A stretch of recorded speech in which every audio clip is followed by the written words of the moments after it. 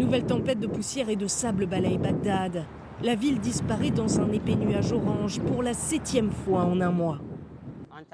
C'est fatigant, on subit le changement climatique, j'en ai vraiment marre.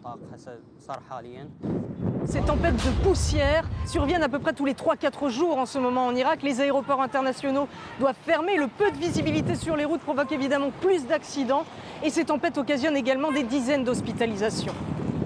À l'hôpital Kindi, au centre de Bagdad, quelques patients sont déjà pris en charge. Cette femme souffre d'asthme chronique. Son mari est inquiet. La semaine dernière, elle a failli mourir. Elle étouffait. Heureusement, les médecins l'ont prise en charge. Dehors, la tempête continue de faire rage. Les médecins savent qu'ils vont devoir accueillir des personnes en détresse respiratoire toute la journée. Cette année, on a beaucoup plus de tempêtes de poussière. C'est très fréquent. Le nombre de patients ne cesse d'augmenter dans nos services. La multiplication de ces tempêtes est due à une désertification d'ampleur dans le pays.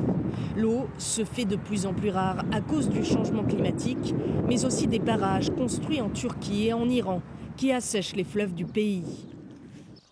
Les premiers à en souffrir sont les agriculteurs qui n'arrivent plus à arroser leurs terres. Voilà ce qui reste de mes 18 000 mètres carrés de terre. 2 citronniers qui sont morts l'an dernier. Ce cultivateur a dû acheter une pompe pour puiser dans les eaux souterraines, mais ces solutions ne sont pas viables sur le long terme. Il y a beaucoup de sulfate dans ces eaux, ça tue nos plantations. Honnêtement, c'est impossible d'être agriculteur dans ce pays aujourd'hui. Le secteur est tout simplement en train de mourir.